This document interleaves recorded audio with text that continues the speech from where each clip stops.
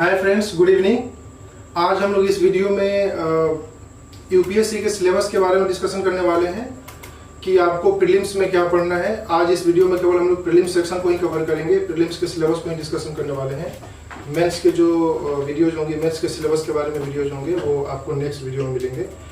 But अभी हम लोग इस वीडियो में केवल प्रीलिम्स के रिलेटेड, प्रीलिम्स एग्जाम से रिलेटेड सिलेबस को ही कवर करेंगे। तो चलिए शुरू करते हैं। पिछले वीडियो में मैंने बताया था कि दो सेक्शन होते हैं प्रीलिम्स में, दो पेपर होते हैं। एक होता है जीएस का फर्स्ट पेपर, जीएस का सेकंड पेपर। अभी हम लोग इस वीडियो में जीएस के फर्स्ट पेपर के बारे में केवल डिस्कशन करेंगे। जीएस के फर्स्ट पेपर जो प्रीलिम्स में होता है, उसमें आपको हिस्ट्री सेक्शन होते हैं, इंडियन कल्चर होता है, ज्योग्राफी होती है, इन्वायरमेंट एंड इकोलॉजी होता है, इंडियन पॉलिटी एंड गवर्नेंस होती है, एंड आपको फिर पढ़ने होते हैं इंडियन इकोनॉमी। उसके बाद में आपको साइंस एंड टेक्नोलॉजी पढ़ने होते हैं, जनरल साइंस पढ़ने होते हैं। ये जो सेक्शन है आपको, ये सारे सेक्शन आपको आपको ये जीएस के फर्स्ट पेपर में कवर करने होते हैं प्रीलिम्स में। और साथ ही साथ में इनके आपको इन सबसे रिलेटेड करंट अफेयर भी कवर करना होता है। तो सबसे पहले हम लोग शुरू करते हैं कि आपको प्रीलिम्स के जीएस के फर्स्ट पेपर में हिस्ट्री के सेक्शन में क्या क्या कवर करना होता है। मेरे पास में यहाँ पे यूपीएससी द्वारा दिया हुआ सिलेबस पड़ा हुआ है, एंड मैं उसी से लेके आपको बता रहा हूँ कि क्या क्या करना है। हिस्ट्री में 3 सेक्शन होते हैं, ancient history, medieval history and modern history. ये तीनों सेक्शन पूछे जाते हैं प्रीलिम्स में। एंशिएंट हिस्ट्री में आपको शुरू करना है प्री हिस्टोरिक टाइम से। जो फर्स्ट टॉपिक आपका होगा प्री हिस्टोरिक टाइम्स का होगा, जिसमें आपको chalcolithic age, mesolithic age, neolithic age और ये सब आपको पढ़ने होते हैं, जिसको आप अच्छे से जानते हैं, आपने वो 7th 8th और 10th क्लास में पढ़ा भी होगा। सेकंड जो टॉपिक आती है वो आती है इंडस वैली सिविलाइजेशन, जिसको हम हड़प्पन सिविलाइजेशन भी बोलते हैं। इनमें ढेर सारे आपको सिटीज मिलेंगी, वो आपको पढ़ने होंगे। इनके Harappa trades, agriculture, domestication of animals, blah blah, ये सब चीज़ आपको पढ़ने होंगे। उनके religions, craft, art and culture से रिलेटेड सेक्शंस को भी कवर करना होगा इसमें। जो एंशिएंट हिस्ट्री के थर्ड टॉपिक आते हैं वो होती है ऋग्वैदिक पीरियड। इसको आप वैदिक पीरियड मान लीजिए। उसमें 2 सेक्शन होते हैं, ऋग्वैदिक पीरियड होता है और लेटर वैदिक पीरियड होता है। वो दोनों सेक्शन को आपको इसमें अच्छे से कवर करना होगा, क्योंकि ये जो सेक्शन होता है वेरी इंपॉर्टेंट। इससे हमेशा क्वेश्चन पूछे जाते हैं। आप लास्ट 10 ईयर्स के क्वेश्चन पेपर उठा के देखेंगे तो उसमें आप देखेंगे कि रेगुलर बेसिस पे वैदिक पीरियड से क्वेश्चन पूछे जाते हैं। लेटर वैदिक भी आपके लिए बहुत इंपॉर्टेंट है। देन जैनिज्म एंड बुद्धिज्म आता है।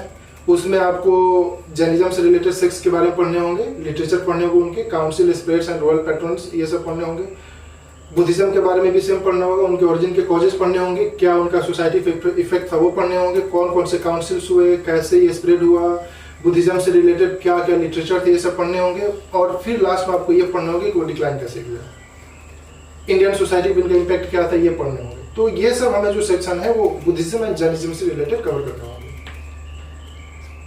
जो आपके पास में 7 पॉइंट आती हैं, जो 7 लेसन है या फिर जो 7 पॉइंट है, वो जो है वो है महाजनपदा पीरियड से रिलेटेड।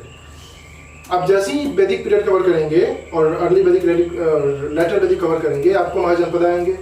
उनमें आपको 16 महाजनपदा के बारे में पढ़ने होंगे, फिर मगधा के बारे में पढ़ने होंगे, उनके ओरिजिन के पीछे कॉजेस क्या थे वो पढ़ने होंगे, सोर्स क्या है वो पढ़ने होंगे, आपको इंस्क्रिप्शंस पढ़ने होंगे बेहतरीन तरीके से, क्या रिलेशन था उस समय वो पढ़ने होंगे, डिक्लाइन क्यों किया मौर्य, ये पढ़ने होंगे। यानी कि आपको मौर्य एम्पायर के बारे में बेहतरीन तरीके से उसका होलिस्टिक अप्रोच लेके आपको पढ़ना होगा, क्योंकि यही यूपीएससी खोजता है। देन मौर्य के बाद में आते हैं post Mauryan India. Post Maurya में आपके पास में 2 सेक्शन हो जाएंगे, एक इंडिजिनस रूलर का और एक फॉरेन रूलर का। तो इंडिजिनस रूलर में आपको पढ़ने होंगे कि कौन कौन से इंडिजिनस रूलर्स थे। देन फॉरेन वाले में भी पढ़ना होगा कि कौन कौन थे, जैसे कि सतवाहनाज, कुशानाज, कन्नवाज, साकाज, कनिष्काज, ये सब आपको पढ़ने होंगे। देन 10th जो सेक्शन होता है वो होता है गुप्ता पीरियड का। गुप्ता पीरियड भी बहुत इंपॉर्टेंट है आपको प्रीलिम्स के सेक्शन, प्रीलिम्स के पर्सपेक्टिव से। इसमें आपको उस समय की इकोनॉमी, लिटरेचर, उस समय के ट्रेड एंड कॉमर्स, क्या इंडियन सोसाइटी थी वो, एडमिनिस्ट्रेशन क्या था, फॉरेन ट्रैवलर्स कौन कौन से है, क्या उनके सोर्स है, उनसे रिलेटेड इंस्क्रिप्शंस, उनसे रिलेटेड एक्टिविटीज, आपको ये सब थॉरली कवर करने होंगे। देन सेक्शन जो नेक्स्ट आती है वो होती है हर्षवर्धना पीरियड। वो भी आपके लिए इंपॉर्टेंट है एंशिएंट हिस्ट्री में, जीएस के पर्सपेक्टिव से, प्रीलिम्स के पर्सपेक्टिव से आपको ये अच्छे से कवर करना होगा। नेक्स्ट पॉइंट जो है वो है संगम पीरियड। आपको साउथ इंडियन हिस्ट्री के बारे में भी अच्छे तरीके से पता होनी चाहिए। वो अलग बात है कि हमारे पास साउथ इंडियन हिस्ट्री से रिलेटेड कम सोर्सेस हैं, लेकिन आपको पढ़ना होगा। उसमें आपको संगम लिटरेचर पढ़ने होंगे, साउथ इंडियन में जितने भी डायनेस्टीज हैं वो पढ़ने होंगे, चोलाज, चेराज, पांड्याज, एंशिएंट हिस्ट्री में उस समय कौन सा आर्ट एंड कल्चर डेवलप हुआ वो पढ़ने होंगे। वो अलग बात है, हम लोग आर्ट एंड कल्चर वाले सेक्शन में कवर करेंगे कि आपको क्या क्या पढ़ना है। बट अभी ये समझ लीजिए कि आपको संगम पीरियड से रिलेटेड वहाँ के जो डायनेस्टी वो पढ़ने होंगे आपको, और उस समय के आर्ट एंड कल्चर को भी पढ़ने होंगे। तो इतने जो सेक्शंस है वो आपको एंशिएंट हिस्ट्री में कवर करने हैं। देन आता है मेडिएवल हिस्ट्री। मेडिएवल हिस्ट्री आप शुरू करेंगे पढ़ना 750 से लेके 1200 एडी के बीच में। ये होता है मेडिएवल हिस्ट्री का फर्स्ट सेक्शन जो आपको कवर करने हैं। इसमें आपको Pratiharas, Pallava, Chalukyas, Rashtrakutas, feudalism, administration, Indian society and culture, उस समय की ये सब आपको पढ़ने होंगे। इकोनॉमी का क्या उस समय का हाल चलता है ये पढ़ने होंगे। फिर 750 से लेके 1200 एडी के बीच में ट्रेड एंड कॉमर्स का क्या हाल था, क्यों डिक्लाइन किया, इकोनॉमी क्यों डिक्लाइन की, क्या न्यू चेंजेस हो रहे थे सोसाइटी में, ये सब आपको कवर करने होंगे। जो सेकंड सेक्शन आता है मेडिएवल सेक्शन, मेडिएवल हिस्ट्री में, वो आता है चोलाज का और अदर साउथ इंडियन किंगडम्स के बारे में, जो कि आपको पता होनी चाहिए। चोलाज रूलर कौन कौन थे, कैसे उनका एक्सपेंशन हुआ, उनका एडमिनिस्ट्रेशन सिस्टम क्या था, सोशियो इकोनॉमिक लाइफ क्या थी, चेराज कौन थे, यादवाज कौन थे, और उनका अदर कंट्री के साथ में क्या ताल्लुकात थे, वो आपको कवर करने होंगे। जो थर्ड सेक्शन आता है वो मेडिएवल हिस्ट्री में वो होती हैं मुस्लिम इन्वेजन्स का। मेडिएवल हिस्ट्री में ही मुस्लिम के इन्वेजन शुरू हुआ था, वो आपको पढ़ने होंगे। जो स्टार्टिंग के मुस्लिम इन्वेजन्स थे, जो अर्ली मुस्लिम इन्वेजन्स, उनको भी आपको समझने होंगे कौन कौन थे। Mahmud of Ghazni, Mohammad Ghori and Arab conquest of Sindh, ये सब जो ये इंपॉर्टेंट इवेंट्स है वो आपको पता होनी चाहिए। देखिए मेडिएवल हिस्ट्री में ढेर सारे सेक्शन आपको कवर करने होंगे। बहुत सारे आप पढ़े होंगे कि महमूद गजनी ने क्या किया, मोहम्मद गौरी ने क्या किया, ये क्या वो किया। आपको मोटे तौर पर जो इवेंट्स हुए हैं अर्ली मुस्लिम इन्वेजन के बारे में वो आपको कवर करने होंगे। देन जो नेक्स्ट सेक्शन आता है वो दिल्ली सल्तनत का आता है। आपको 1206 से लेकर 1526 सदी के बीच में आपको पूरी के पूरी इवेंट पढ़ने होंगे। जो भी डायनेस्टी है, जैसे कि स्लेव डायनेस्टी आई थी, तुगलक डायनेस्टी आई थी, खलजी डायनेस्टी थी, इन सब के बारे में आपको कवर करना होगा। ये दिल्ली सल्तनत में आते हैं, यानी कि 1206 से लेकर 1526 के बीच के सारे सेक्शन को आपको कवर करने हैं। सैयद डायनेस्टी थी, लोधी डायनेस्टी थी, ये सब। मंगोल का उसी समय अटैक होना स्टार्ट हो गया था, तुर्क भी अटैक किए थे। उस समय का administration, economy, urbanisation, Indian culture, Indian society, ये सारे एस्पेक्ट आपको कवर करने होंगे। उस समय के साइंटिफिक नॉलेज क्या था, आर्ट एंड कल्चर में क्या डेवलपमेंट हुए, क्या क्या चैलेंजेस थे और क्यों दिल्ली सल्तनत डिक्लाइन किया, ये आपको अच्छे से पता होनी चाहिए। और वो भी कंसेप्चुअल बेसिस पे। आपको फैक्ट से ज्यादा कॉन्सेप्ट पर फोकस करना होगा हर एक सेक्टर में, जो भी मैं हर एक सेक्शन जो भी मैं बता रहा हूँ। नेक्स्ट पॉइंट जो आता है वो ये आता है कि हमारे अफगान्स आए, राजपूताज आए थे, मुगल्स भी थे, और इन तीनों को रहते हुए आपस में क्लैश भी हुआ था। उन सारे क्लैश के बारे में, स्ट्रगल्स के बारे में आपको पता होनी चाहिए। इसमें बैटल ऑफ पानीपत आता है, most important. Humayun and Afghans, ये भी पिछले वाले क्वेश्चन में पूछा, इससे रिलेटेड क्वेश्चंस। देन आपको पढ़ने होंगे अफगान के साथ में हमारी इंडियन सोसाइटी में उस समय क्या कंट्रीब्यूशन था और उस समय क्या स्ट्रगल था, कन्फ्लिक्ट है, वो पढ़ने होंगे। राणा संगा के स्ट्रगल्स को पढ़ने होंगे। शेर शाह के बारे में, शेर खान के बारे में पढ़ने होंगे, गुजरात कैंपेन, ब्ला ब्ला, ये सब आपको पढ़ने होंगे। किससे रिलेटेड? ये आपको पढ़ने होंगे अफगान, राजपूताज एंड मुगल से रिलेटेड क्लासेस के बारे में, क्योंकि ये हमारी इंडियन सोसाइटी के पार्ट्स हैं और इससे रिलेटेड उस समय की Indian society, art and culture को भी कवर करने होंगे। क्योंकि पिछले बार आर्ट एंड कल्चर वाला जो सेक्शन में से क्वेश्चन पूछा था वो इसी सेक्शन से पूछा था। जो नेक्स्ट पॉइंट आती है वो आती है establishment of north Indian empire. मतलब नॉर्थ इंडिया में भी एम्पायर के उस समय एस्टेब्लिशमेंट होना शुरू हुआ था, जिसमें से कि जो मोस्ट इंपॉर्टेंट एम्पायर था वो सूर्य एम्पायर था, जो 1540 से लेकर 1556 के बीच में हुआ था। ये आपको कवर करने होंगे अच्छे से। उस समय का आर्ट एंड कल्चर, उस समय के क्वाइन सिस्टम कवर करने होंगे, क्योंकि क्वाइन से रिलेटेड क्वेश्चन यूपीपीसीएस 2019 में भी पूछा है और इसी सेक्शन से क्वाइन से रिलेटेड क्वेश्चन जो है वो आईएएस के 2019 में भी पूछा हुआ है। नेक्स्ट वीडियो में मैं आपको यही कवर करने वाला हूं कि 2019 में जो आईएएस में क्वेश्चन पूछे गए हैं वो किस किस सेक्शन से पूछे गए हैं और कहां से ज्यादा कवर किया हुआ है। इवन मैं आपको रिसोर्सेस भी बताऊंगा कि कहां से आपको पढ़ना है। सबसे पहले मैं आपको एनसीईआरटी से शुरू करूंगा। फिलहाल के लिए अभी हम लोग सिलेबस को डिस्कशन करते हैं।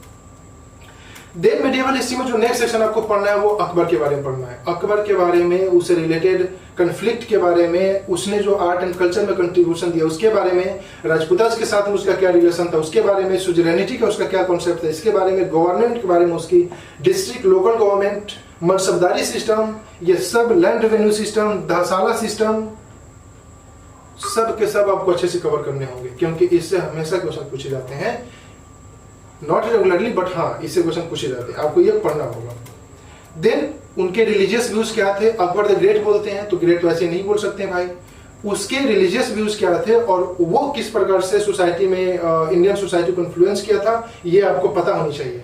तो हम यहाँ पे अकबर के रिलीजियस व्यूज भी पढ़ेंगे, फर्स्ट फेज उसका क्या था, सेकेंड फेज क्या था वो पढ़ेंगे, थर्ड फेज क्या था, उसके कंसोलिडेशन के बारे में पढ़ेंगे, पॉलिसी एंड रिलीजियस टॉलरेंस की जो उसकी फिलोसफी थी वो पढ़ेंगे हम लोग, और ये पढ़ना बहुत जरूरी होता है, ये पढ़ना ही होगा आपको। देन जो आपका 10th सेक्शन आता है मेडिएवल हिस्ट्री में, वो आते हैं डेक्कन्स के बारे में और मुगल्स के बारे में। 10th सेक्शन में हम ये कवर करेंगे और ये आपको पढ़ना होगा कि किस प्रकार से मुगल्स जो थे वो डेक्कन में कैंपेन किए, उनका मुगल्स का डेक्कन के साथ में जो कैंपेनिंग पीरियड था उस समय क्या क्या क्लासेस हुए, क्या क्या एडवांसमेंट्स हुई, सुजरेनिटी का क्या कॉन्सेप्ट था, उसी समय आपके पास में शेर शाह एंड डेक्कन से क्या कॉन्सेप्ट था ये पढ़ने होंगे, कंट्रीब्यूशन क्या था जो डेक्कन में शेर थे उनका इंडियन सोसाइटी में, ये सब आपको कवर करने होंगे, जो कि बहुत इंपॉर्टेंट है। मैं यहाँ पे आपको वो सेक्शन बता रहा हूँ जो आपको पढ़ने हैं जीएस के पर्सपेक्टिव से एंड हिस्ट्री के पर्सपेक्टिव से, जीएस के फर्स्ट पेपर के लिए। देन आपको मुगल्स एम्पायर में फॉरेन पॉलिसी को भी कवर करना होगा जो बहुत इंपॉर्टेंट है। इसमें आपको मुगल पर्शियन रिलेशन पढ़ने हो सकते हैं एंड शाहजहां का जो बाल्कन कैंपेन था वो पढ़ना होगा। देन 17th सेंचुरी आती है और 17th सेंचुरी के फर्स्ट हाफ में क्या क्या एडवांसमेंट हुए, 17th सेंचुरी के फर्स्ट हाफ में क्या क्या चेंजेस हुए वो आपको पढ़ने होंगे, क्या क्या डेवलपमेंट वो पढ़ने होंगे, जैसे नूरजहां का जनता ये क्या आपको पढ़ने होंगे, रिवेलियन शाहजहां के वो पढ़ने होंगे, बिल्कुल पढ़ने होंगे क्योंकि आपके एग्जाम के पर्सपेक्टिव से बहुत इंपॉर्टेंट है। जहांगीर के बारे में पढ़ने होंगे और उस समय जो भी आर्ट एंड कल्चर का डेवलपमेंट हुआ वो आपको पढ़ने होंगे। आपको पता है कि मेडिएवल हिस्ट्री में आर्ट एंड कल्चर के पर्सपेक्टिव से जो जहांगीर की पीरियड थी बहुत इंपॉर्टेंट था, अकबर का पीरियड बहुत इंपॉर्टेंट था, तो आर्ट एंड कल्चर के पर्सपेक्टिव से आपको ये सब सेक्शन कवर करने होंगे, साथ ही साथ में जीएस के पर्सपेक्टिव से।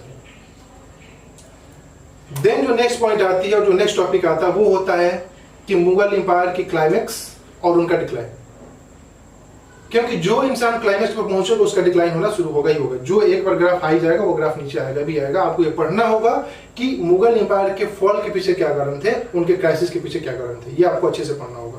उसमें आपको औरंगजेब की पॉलिसी पढ़नी होगी, औरंगजेब की जो डेक्कन से रिलेटेड पॉलिसी था वो पढ़ना होगा, पुरंदर के ट्रीटी के पढ़ना होगा, मराठा के राज के बारे में पढ़ना होगा, उस समय इंडियन सोसाइटी में क्या ऐसे सिचुएशन थे जिन्होंने मराठा के जिसने मुगल के एम्पायर को डिक्लाइन करने को मजबूर किया, ये सब पढ़ने होंगे। देन जो नेक्स्ट पॉइंट आता है वो आता है मराठा और उस समय के इंडियन सोसाइटी में जो अदर स्टेट्स थे उनके बारे में उनका क्लास एंड इंडियन सोसाइटी जो कि अब 18th सेंचुरी में इंटर कर चुकी थी उसके बारे में आपको पढ़ने होंगे। जो ये सेक्शन है ये सेक्शन बहुत इंपॉर्टेंट है क्योंकि ये एक ट्रांजिशन पीरियड हो जाता है मॉडर्न हिस्ट्री और मेडिएवल हिस्ट्री के बीच में। देन उस समय के social and cultural life, economic conditions, Peshwa Shivaji के बारे में, शिवाजी के एडमिनिस्ट्रेशन के बारे में, फर्स्ट फेज मराठा के, सेकंड फेज मराठास के, ये सब उससे रिलेटेड आपको पढ़ने होंगे। मुगल्स एंड मराठा के बारे में, उस समय मुगल डिक्लाइन कर रहे थे और मराठा राज कर रहे थे, तो आपको इन दोनों के बीच में बैलेंस अप्रोच लेके पढ़ना होगा और कनेक्शन के जरिए पढ़ना होगा, क्योंकि बिना कनेक्शन का आप दोनों को नहीं समझ पाएंगे। तो पढ़ने का आपको एक नजरिया बदलना होगा। अभी आपने केवल नोबेल पर्सपेक्टिव से और केवल एक रीडिंग के पर्सपेक्टिव से पढ़ा होगा हिस्ट्री को, लेकिन अब आप जो भी पढ़ेंगे वो देख के पढ़ेंगे कि सिलेबस में जो पूछा है हमको वही पढ़ना है। इसीलिए मैं आपसे सिलेबस डिस्कशन कर रहा हूं, क्योंकि आपको ये पता हो जानी चाहिए कि हम अगर एंशिएंट हिस्ट्री पढ़ रहे हैं या फिर मॉडर्न या फिर मेडिएवल हिस्ट्री जो अभी मैं डिस्कस कर वो पढ़ रहे हैं, तो उसमें कौन कौन से टॉपिक आपको कवर करने हैं। देन जो नेक्स्ट पॉइंट आता है वो जीएस के फर्स्ट पेपर के पर्सपेक्टिव से बहुत इंपॉर्टेंट है मेडिएवल हिस्ट्री में, वो है विजयनगर एम्पायर। इसको आपको बहुत ही अच्छे से पढ़ना होगा। Political history, administration, economic conditions, इनका कन्फ्लिक्ट क्या था बहमनी किंगडम के साथ में वो पढ़ने होंगे, सोर्सेस के इनके बारे में वो पढ़ने होंगे, उनके समय के आर्ट एंड कल्चर, उनके समय की हिस्ट्री, उनके समय के पॉलिटिकल स्ट्रक्चर के बारे में पढ़ने होंगे, उनका इंडियन सोसाइटी में क्या कंट्रीब्यूशन रहा वो पढ़ने होंगे आपको। जो नेक्स्ट पॉइंट है, जो नेक्स्ट टॉपिक है वो ये है कि मेडिएवल पीरियड में रीजनल स्टेट्स क्या थे और उनका मेडिएवल हिस्ट्री में क्या कंट्रीब्यूशन रहा है। उसमें आपको military conditions, economic conditions and social and cultural conditions को कवर करना होगा। इसमें बंगाल, बहमनी, अवध, सिख, राजपूत स्टेट्स, जाट्स, हैदराबाद, मैसूर, ये सब सेक्शंस को कवर करने होंगे। देन जो नेक्स्ट सेक्शन आता है वो आता है northern history, northern India in the 18th century. मतलब हम इंडिया को दो भाग में डिवाइड कर सकते हैं मेडिवल पीरियड में, एक नॉर्दर्न इंडिया और एक साउदर्न इंडिया। तो नॉर्दर्न इंडिया में क्या चेंजेस हो रहे थे वो आपको पढ़ने होंगे, देन साउदर्न इंडिया में क्या क्या चेंजेस हुए हैं वो आपको मेडिवल हिस्ट्री के पर्सपेक्टिव से पढ़ने होंगे। देखिए एंशिएंट में भी आपको नॉर्दर्न इंडिया साउदर्न इंडिया मिलेगा, लेकिन आपको मॉडर्न में भी इंडिया को दो भाग में डिवाइड करके पढ़ना होगा कि नॉर्थ में क्या हुआ चेंजेस और साउथ में क्या चेंजेस हुआ। इसमें आप पढ़ सकते हैं मराठाज एंड डेक्कन के बारे में, राजपूत अफेयर्स के बारे में, ठीक है, और राइज ऑफ रीजनल स्टेट्स के बारे में पढ़ सकते हैं। फॉरेन इन्वेजन इंडिया में होना शुरू हो चुका था क्योंकि 1725 से 1748 का पीरियड ऐसा था जहां से कि फॉरेन का इन्वेजन होना शुरू हो चुका था, वो आपको पढ़ने होंगे। देन आपको उस समय के रूरल सोसाइटीज, मतलब एंशिएंट मतलब मेडिएवल पीरियड के rural societies, towns and town life, ये आपको पढ़ने होंगे। उसके बाद में artisans, master and craftsman, women's, servant and slave की कंडीशंस, रूलिंग क्लासेस, ये आपको पढ़ने होंगे। मिडिल स्ट्रेटा के बारे में पढ़ने होंगे, कमर्शियल क्लासेस क्या थे वो पढ़ने होंगे। ये सब जो बता रहा हूं मैं टॉपिक, वो आपको मेडिएवल पर्सपेक्टिव से, यानी कि मेडिएवल हिस्ट्री के पर्सपेक्टिव से ही आपको पढ़ने होंगे। देन जो लास्ट सेक्शन आता है आपको मेडिएवल हिस्ट्री में, वो होता है इकोनॉमिक पर्सपेक्टिव से, जो कि ट्रेड एंड कॉमर्स से रिलेटेड है, ओवरसीज ट्रेड से रिलेटेड है, साथ ही साथ में मुगल स्टेट एंड कॉमर्स से रिलेटेड है, या फिर जितने भी हमारे मेडिएवल हिस्ट्री में ट्रेड एंड कॉमर्स हुए उससे रिलेटेड है। देखिए चाहे एंशिएंट हिस्ट्री हो चाहे मेडिएवल हिस्ट्री हो, इन दोनों में आपको जो एक बहुत इंपॉर्टेंट बात याद रखनी है वो ये है कि जब भी आप एंशिएंट हिस्ट्री का सेक्शन कवर करें या फिर जब भी आप मेडिएवल हिस्ट्री का सेक्शन कवर करें, तो उसमें आपको एक होलिस्टिक अप्रोच अपनाना होगा। मतलब ये नहीं है कि अगर आप मेडिएवल पीरियड में रीजनल स्टेट्स के बारे में पढ़ रहे हैं तो आपने ये पढ़ लिया कि कौन कौन से रीजनल स्टेट्स हैं, बस हो गया। नहीं, उनसे रिलेटेड आप आर्ट एंड कल्चर भी कवर करिए, उनसे रिलेटेड सेक्शंस में आप ये कवर करिए कि उस समय उनके समय में इंडियन सोसाइटी का क्या कंट्रीब्यूशन था, उन्होंने एजुकेशन पे क्या कंट्रीब्यूशन किया, उन्होंने आर्ट एंड कल्चर में क्या कंट्रीब्यूशन किया, उन्होंने वुमेन्स की कंडीशन को सुधारने के लिए क्या कंडीशन किया, उस समय की उनकी स्लेव कंडीशन क्या थी, ये आपको हर एक सेक्शन में कवर करने होंगे। होलिस्टिक अप्रोच अपनाना होगा मेडिएवल एंड एंशिएंट हिस्ट्री से रिलेटेड कॉन्सेप्ट्स के लिए। तो ये रहा हमारे एंशिएंट हिस्ट्री का सिलेबस और मेडिएवल हिस्ट्री का सिलेबस। अब जो हम लोग डिस्कशन करने वाले हैं वो है मॉडर्न हिस्ट्री का।